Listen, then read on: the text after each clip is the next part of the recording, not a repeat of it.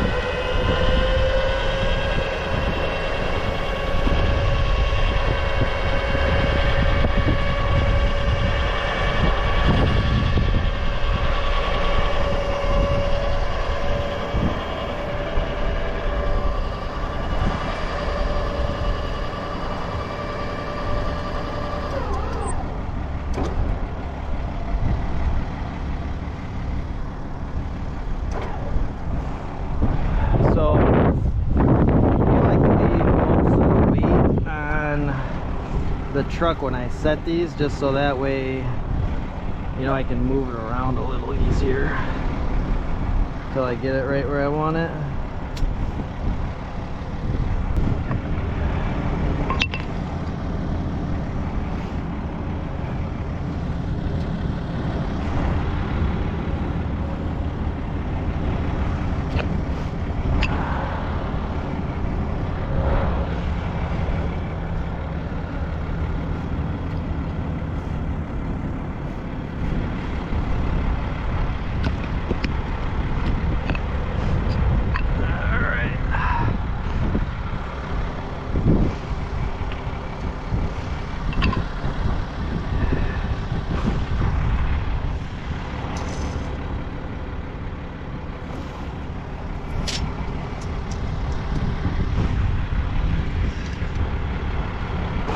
Okay, we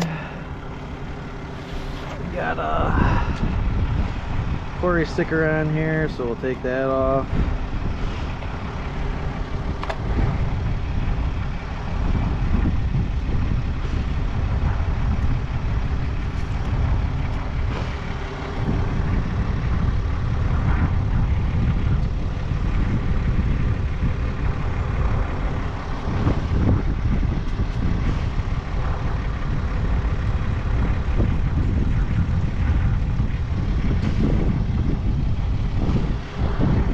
Going at a pretty drastic angle that does not scratch or mess up the polish at all. So it's pretty common in the industry, if you have something that's stuck to the surface of your polished granite, to use a razor blade to take it off, so that does not harm it. I'll go ahead and get the dye down now. This is the thing that gonna be the biggest difference without having the boy around, is just the up and down and all the time on the back of the truck. So generally he would come up here to do this, which not a big deal, but just save some time.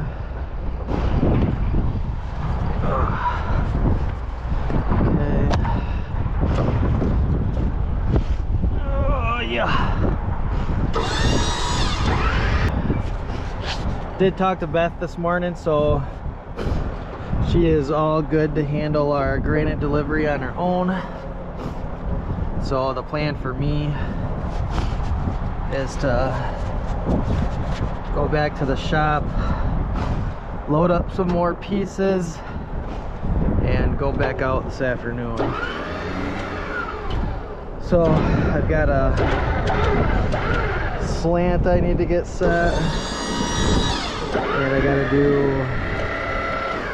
the installation of some bronze final dating, so that will be our afternoon.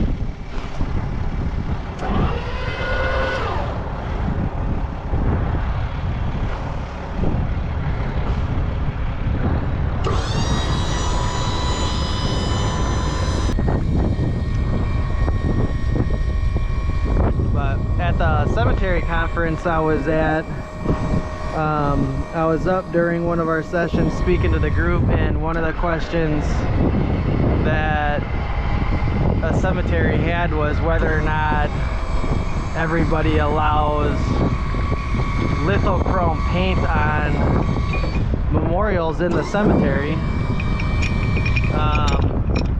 And I know, we service probably, we try to keep it within like a 200-mile radius, but I've never heard of a cemetery that doesn't allow lithochrome paint. So lithochrome paint is an additive. It's a paint that's made for granite, and it's added to your engraved areas to give the memorial contrast, so it's easier to read. The drawback to lithochrome paint is that it's like paint on your house. It doesn't last forever. So eventually, at some point, somebody's going to well, it's either gonna stay without paint, and a lot of times the stone will weather, and you'll still get a pretty good contrast. But when the paint is completely gone, you can either leave it and the stone will be weathered, so it'll still be readable pretty well. There are some granite colors that don't, if we're doing a light gray stone and you have lithochrome in the lettering, like there's some gray ones down there, so might be able to show you, but once the lithochrome is gone out of a gray stone, it definitely makes it a lot harder to read.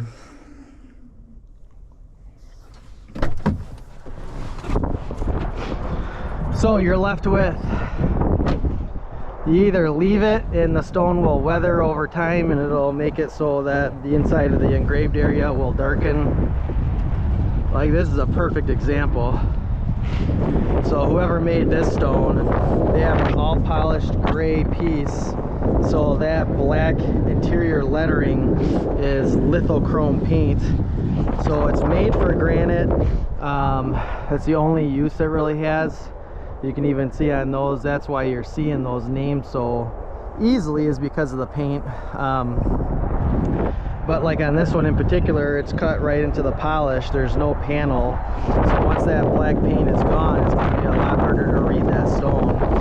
So their options are going to be, they could either leave it without it, or when it does fade out, you can have it put back in, which we have a couple of videos on our channel of me re-adding that lithochrome paint back in.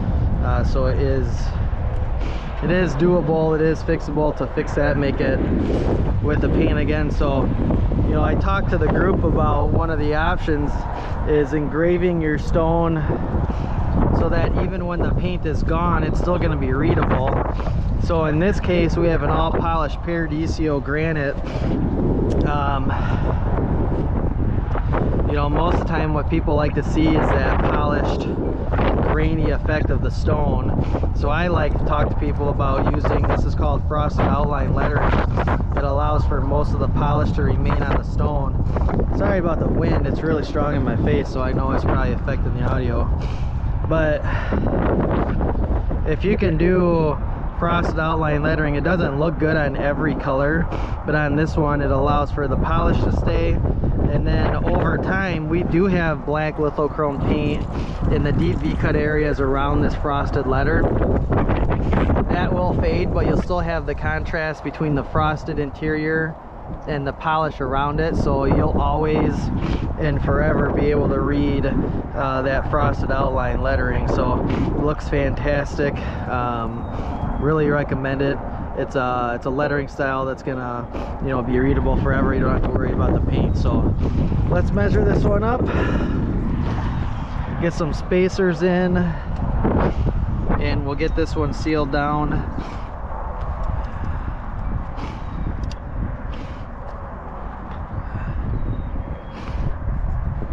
So 6 on the sides, 3 inches in the front. On these smaller dies, I like to use pennies as spacers. They're a little thinner. They make plastic and lead shims for these, but I haven't found anything less costly than a penny, so I still use pennies. This is a pretty long-standing tradition with monument installers. We move a lot of stones, and there's a lot of really old stones that have really old coins underneath them, so it's something that's been done for a very long time. So I've got another quarry sticker over here. Gonna take that off. I want to do this before the die is set, just because it'll give me a little bit more room. And whew, nose is running. Okay, so that sticker's off. We're all set up with spacers, so now we'll go ahead and start getting some of this setting compound out. We'll get this one set up and ready to seal down. Alright, so this setting compound dries out fairly rapidly, so I always leave, you know, a bunch of water down in it. That way the water makes it dry out slower. So it's a little bit cold, so this stuff's a little bit harder to work with. I had it inside, and it's you know, it's in the low 30s right now, so it's just from this little bit of being outside, it's a little bit cold and stiff. So the only issue with setting these stones when it is cooler out is that it takes longer for the top die to settle down on the base spacers. Is one thing I don't like is when this joint height is squirting out around the die. I just don't like the way it looks. So a lot of times I'll go back, you know, and look at memorials that we've installed in the past, and if I see any setting compound coming out from around the die, I'll cut it while I'm there. So I like to push this stuff in, you know, somewhere in between the first and second knuckle under the stone. give it a good area to seal, and then I leave a little wing so that way when I move the stick I can push that around and it'll seal all the way around.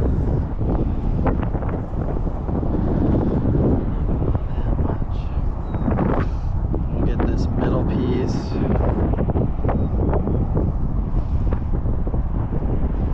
About 2 knuckles in. This one I'll use for the middle piece in the back.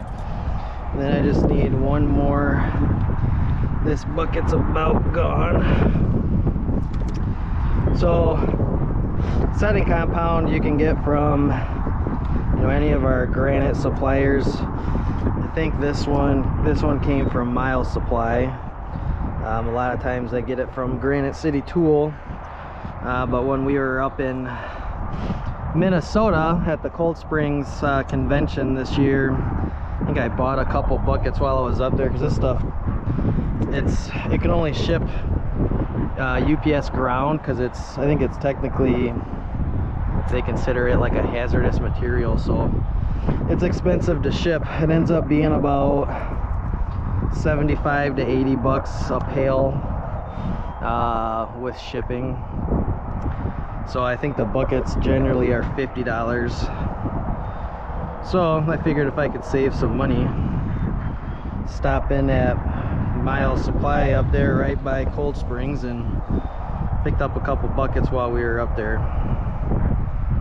Bought a bunch of other stuff too, but just figured we always use it. We go through a couple buckets a year, might as well get it while we're there.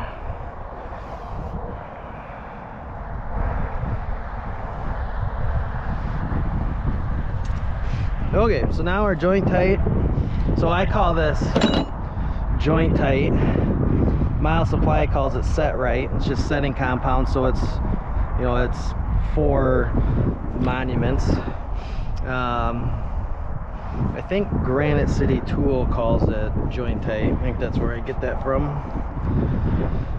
So either way, that's all under the stone. So I think I mentioned this on our last video too. I use these oak sticks to lift our stones up, and I specifically started using these oak sticks for all polished stones like this. So what I used to do is I used to have a stick down, and then I used to use this pry bar to lift stones up, pull our center sticks and then set the stone back down.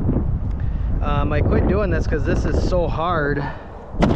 It was popping the edge of the stone, so you're lifting up on that edge and you can tentatively or potentially chip that 90 right there. So oak sticks are super strong. I set 5-6 foot wide dies that are 3 foot tall and 8 inches thick with these oak sticks, and they're fine, but they're soft enough. I've never had one chip that 90-degree edge down there, so they've worked very well. And then it's the same thing with my setting sticks here, or my center sticks. These are just 1x2s that are oak, and then I take a strap just like what we have on the truck for tying stones down, and cut little pieces, and then I glue it onto the stick. That way when my top die sits on the base and slides, it's on fabric, strap fabric, just so that I'm not scratching anything. So we're gonna take that off. This is the part a little bit harder when you're by yourself, especially with the bigger stone. This one's not too bad. So then once you get that, I'm gonna rip this stick out. The die is going to go down onto the base, and all of that setting compound acts as a cushion, so you're not dropping granite on granite. So just do that, it comes right out. We'll come over here, do the same thing on this side. We'll lift up, take the center stick out, push our setting compound in. You got to really be careful of your fingers there, and then a rip out. There you go.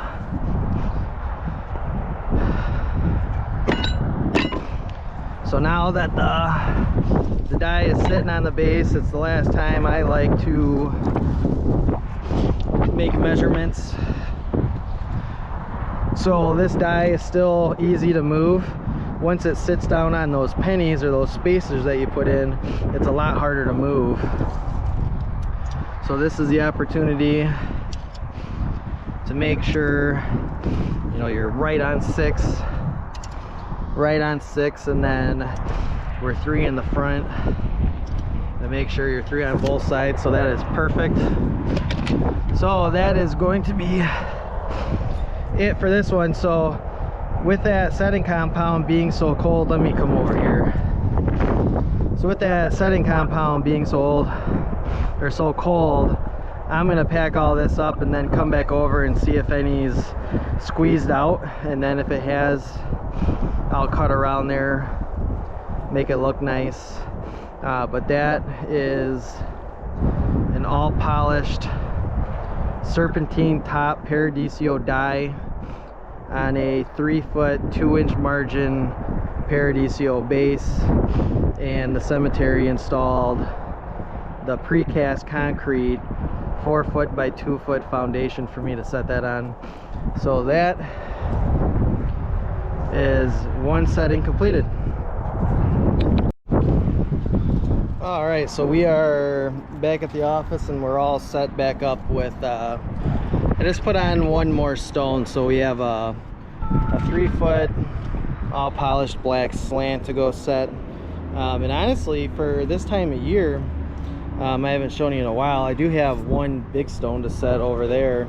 I can't go into that cemetery until late April, I think. So most of the stuff here, minus the garbage, most of the stuff here I can't go in and set. There's a few pieces, like I can go set that one. I think that might be it. There's a few bronzes. I've got some bronzes on the trailer also that might be able to go set. So for being, you know, late February, we're doing pretty good with getting pieces out and installed out at cemeteries. You know, usually we're rushing to get this stuff done before Memorial Day, so having an early start's super nice. So so I'm gonna go set this one, and then at the same cemetery I loaded up things to do for putting on bronze final dates. So I think I've got 2 to measure to order bronze date tabs, and then I've got 2 to actually install. So we're gonna do that while we're over there too. So we're gonna be heading over to Scandinavian Cemetery here in Rockford. All right, so I'm out here at Scandinavian Cemetery, and I stopped by the office to let them know I was here, and ended up going out and looking at a couple pieces of bronze with the office manager, and forgot to video this. So this was the 3-foot slant that was in the truck, so now it's all installed and set. Looks very, very nice. We had poured this concrete foundation, it's under the slant. We had poured that in the fall, so I just had to set it. So it's a great addition, looks fantastic. This is an all polished 3-foot black slant. We ended up using the frosted outline lettering again on the face of the stone, and then where it says worry less, pray more, give thanks, that we call that the nosing. That has a skin sunk letter with white litho. So that's the paint I was talking about. So that white area is an added paint to give it that contrast. So, but that's all good. Now the only other thing I have to do here is those bronze dates. So that being said, I think what we're gonna do is end the video here. So I appreciate you coming along and watching this process on this beautiful afternoon. It's supposed to be nice all week, so should be out some more. I might be putting a bronze plaque on a boulder tomorrow, so that'll be interesting. I'll get the drill out for the first time of the season. So if we do that, I'll bring you along. Once again, appreciate you watching, subscribing, all you subscribers out there. We do appreciate it, and we will see you on the next one.